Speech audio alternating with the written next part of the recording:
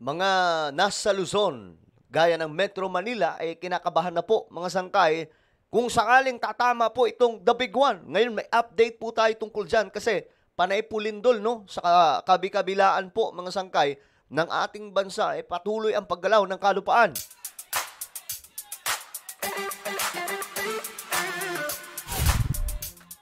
Hello, what's up guys? This is me. I'm back for another vlog today.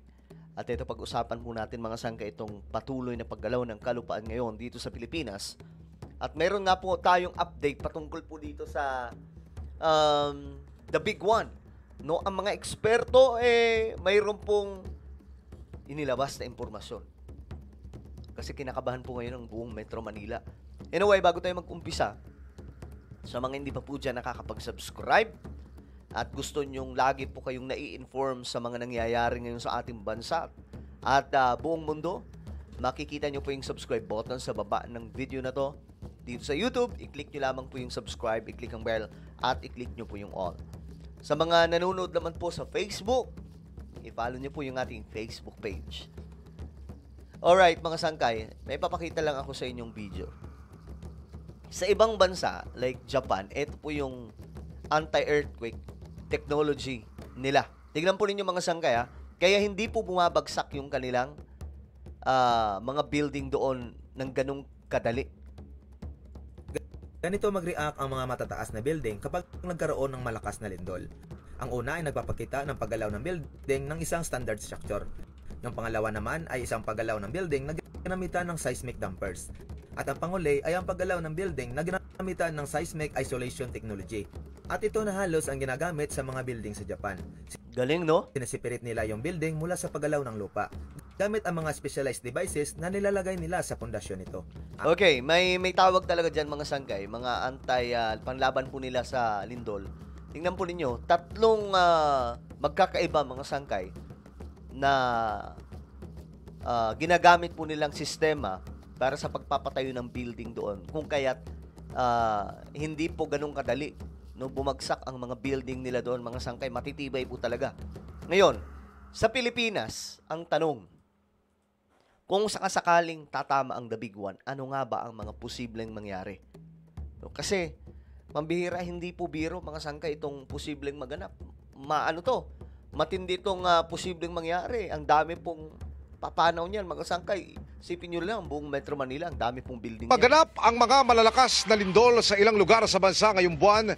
Muling nagbabalik ang pinangangambahan ng mga taga-Metro Manila na tinatawag nilang The Big One.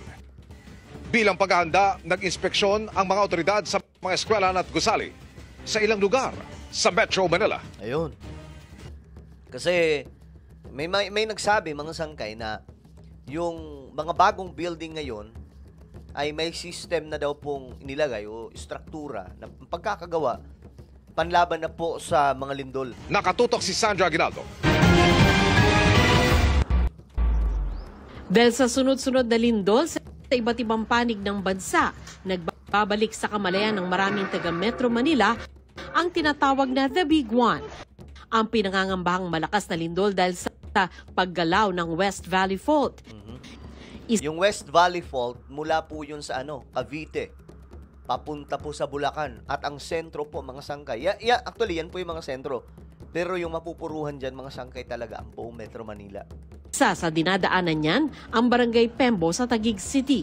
Narito po ako sa Eskwela Street sa Barangay Pembo at ang sinasabi po sa atin ng kanilang barangay ay dito mismo sa kalsada na ito dumadaan ang fault line. Kaya po binabantayan po ang lugar na ito at sinisiguro na may kaalaman yung mga tao ay dahil marami pong mga kabahayan dito at meron din pong malaking eskwelahan. Sa kalsadang ito matatagpuan ang West Valley Fault Marker at ang babala ng posibleng pagbitak at pagyanig ng lupa. Ayan. Itong nakikita nyo mga sangkay, once na gumalaw na po yung kalupaan, itong area na to, kakainin yan. Ito po yung bitak. Diyan po yun. Yan po yung line Yan po yung fault line. Tinatawag na West Valley Fault. Kaya nga po mga sangkay, actually, ang advice talaga nila dyan, wala pong magpapatayo ng bahay. Pero tayo mga Pinoy, alam nyo naman, hanggat walang nangyayari, hindi tayo susunod. 'Di ba? Ganyan mga Pilipino eh. Matitigas ulo natin eh. Kaya nga lang, ang problema natin sa lindol, hindi natin alam kung kailan yung magaganap. 'Di ba? Hindi natin alam, hindi mapipredict. Kahit po yung mga eksperto, di nila alam yan eh. Katabi nito ang bahay ni Joel Medalla.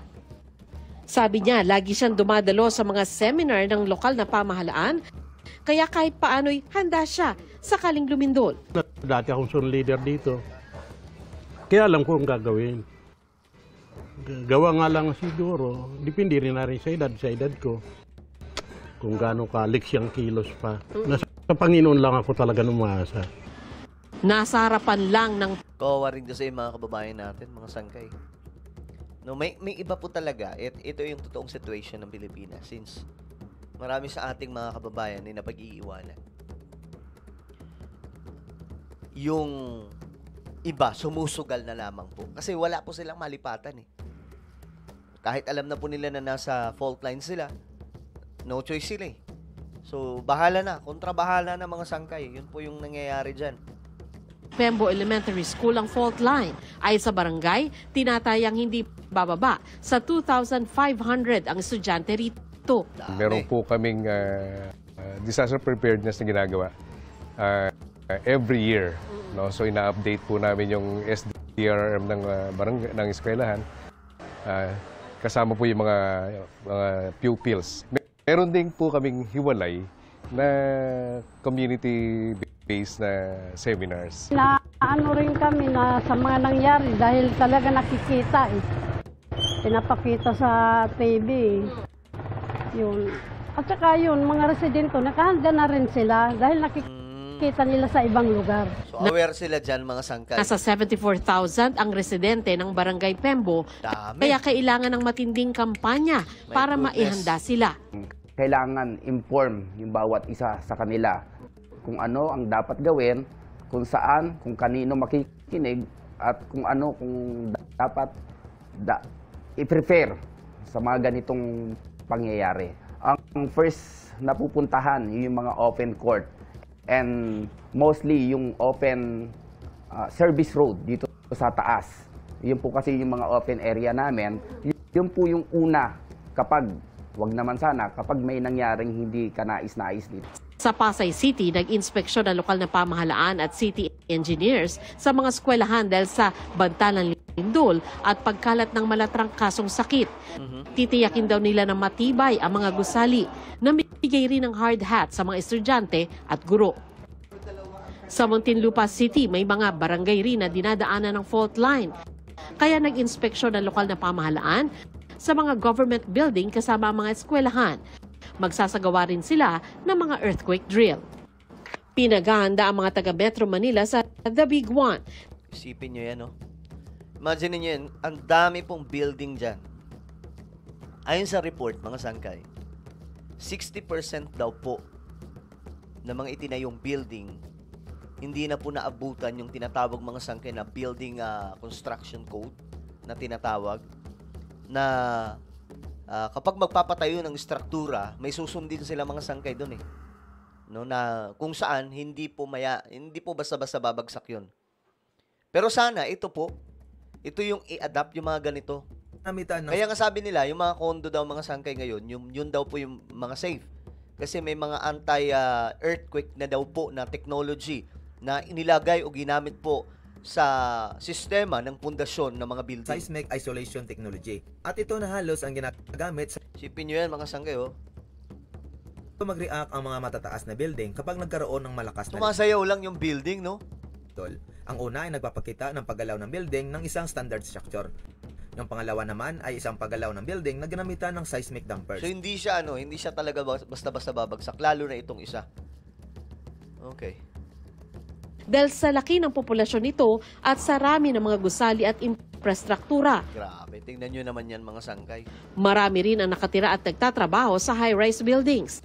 Paalala ng isang structural engineer, dapat siguruhing regular na iniinspeksyon ng eksperto ang mga gusaling ito. I would just say na yung condominiums and office buildings mostly high-rise structures are generally safe in terms of Ayun.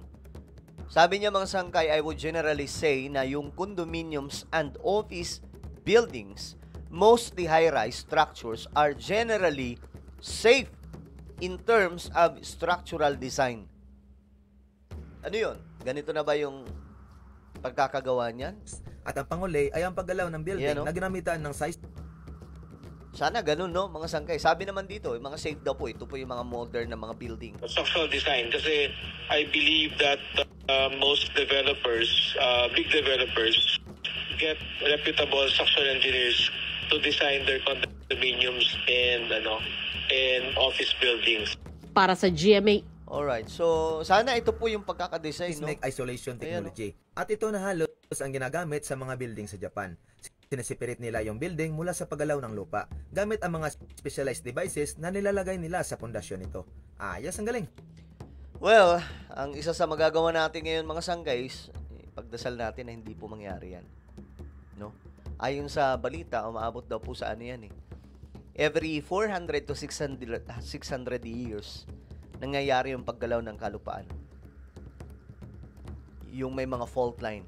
So, itong West Valley Fault, di po natin alam, yung Quezon City or buong Metro Manila, kasama po dyan. Ano po ang inyong opinion? No? Comment down below. Meron po tayong YouTube channel, Sangkay Revelation. Hanapin nyo po ito sa YouTube ngayon din. Kapag nakita nyo na, i-click nyo po yung subscribe, i-click ang bell, at i-click nyo po yung all. Ako na po ay magpapaalam. Mag-iingat pong lahat. God bless everyone.